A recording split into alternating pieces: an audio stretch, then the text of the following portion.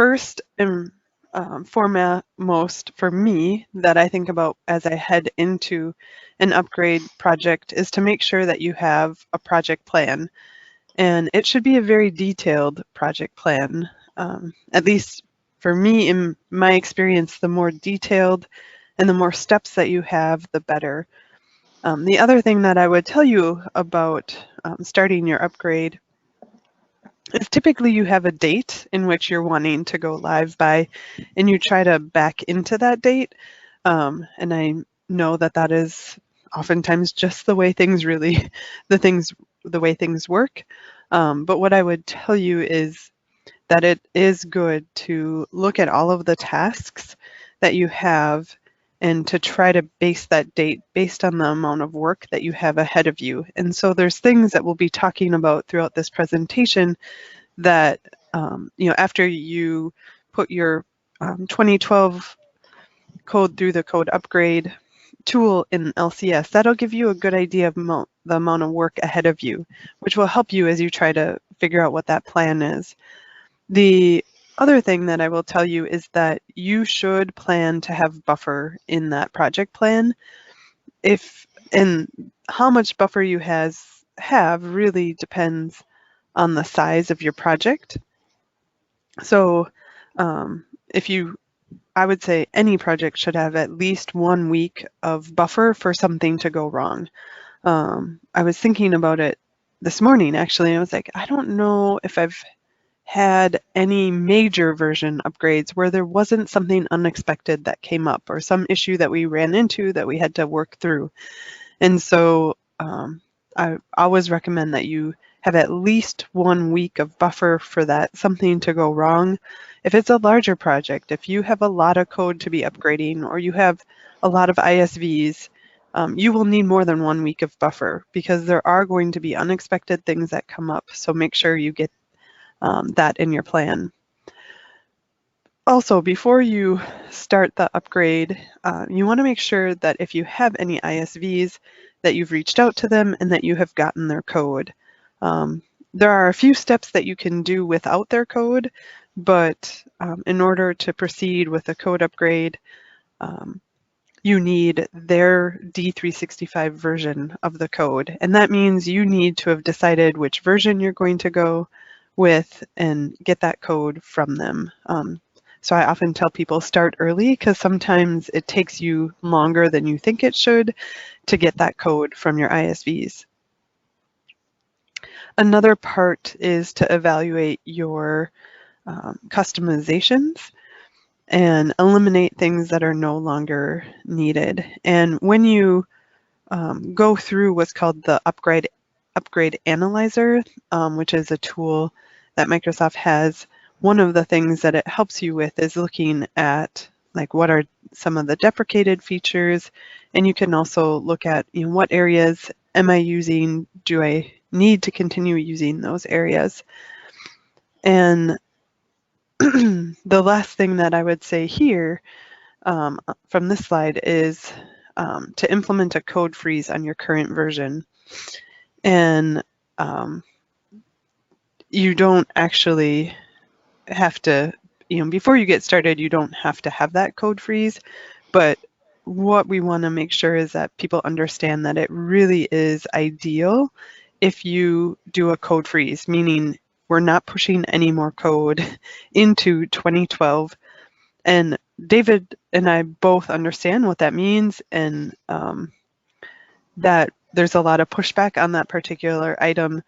But David, probably more than me, even can tell you the problems that you can run into when you start adding code into your 2012 when you've already started the code upgrade, especially if you're going to make new objects or change tables because of IDs. It can be very complicated and cause us some issues. So it is best, if possible, to set a code freeze date and then stick with that. All right, David, next slide. All right, some other things before you start your upgrade. The first is in LCS, you'll want to create a new project. If you haven't worked with LCS, I guess we all just call it LCS, but that stands for Life Cycle Services, which is something on 2012 you had available to you. I'm not sure how many of you would have used it extensively, but in the D365 world, that is a place that you will be quite often, especially if you're on the technical side. That's where we do a lot of the managing of the implementation and of the code and how it's deployed. So you'll want to go into LCS and create a new project. And you'll actually have two projects during the phase, LCS projects during your implementation, but there's a first one that really is focused on the upgrade and the tools that you need for the upgrade portion. And then there's another project that you'll create for the actual implementation. But this Dynamics AX, in this screenshot, I went in and I created a project. I gave it a name. The name doesn't really matter. You can call it whatever you want there. The product would be finance and operations. And then you can pick an industry, but really the most important part is that methodology, which is upgrade Dynamics AX 2012 to Dynamics 365 for finance and operations preview. Someday it might have the preview come off, but for right now it still has that preview name on it. And that's what you want to select in there. Some other things as you create that project is this is going to be what's called an LCS project. The other thing that you'll be creating is a Visual Studio project, and you'll have to tie your Visual Studio project, or I'm supposed to call it Azure Devops. You'll create your Azure DevOps project and you'll tie it to LCS. And one of the things that I would also say as you start your upgrade is if you are not familiar with Azure DevOps, I know a lot of our clients use TFS, which was the predecessor to what then became VSTS, which is now Azure DevOps. We use a lot of the features of Azure DevOps in the D365 version of Dynamics, and getting yourself familiar with pipelines and the builds and all of the features within that product are going to be very helpful for you, because we're going to be doing things like branching and doing code merges within Azure DevOps. So if you do not have experience in that, that's an area that doing some learning would be beneficial for you. David, if you move to the next slide, there's this optional step, and I would say, well, the second part really isn't optional. The first part is the 2012 upgrade analyzer. And what that does is it goes through and it helps you evaluate what are some areas where I can do data cleanup. And part of the reason for that is you're going to be taking your database and you're going to be uploading it to Azure and then restoring it into the environment. And so that process, depending on how big your database is, could be lengthy. And so we want to try to get those your database to as small of a size as we can, so that we decrease the amount of time that it would take to upload that database and then to restore that data into the environment.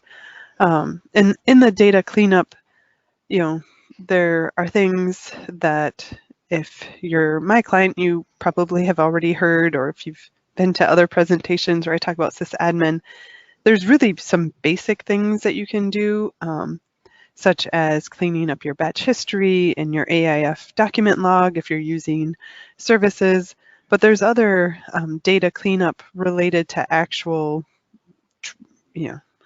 transactional type data that you might want to look at as you go to move.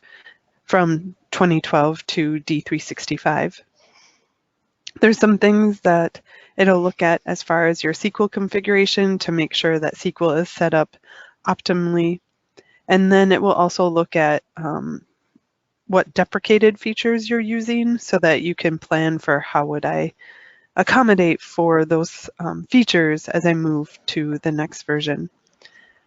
And then the other part that isn't optional is in Dynamics AX 2012, you actually have to get one of these 2 KBs and apply that in your 2012 system, because there is what's called a pre-upgrade checklist, and there's some items that you have to do on that checklist. Some have to do with setting up and specifying what your Azure tenant or what your tenant is, so that as we're copying the database and doing some steps during the upgrade, you have the necessary data in your database for the upgrade.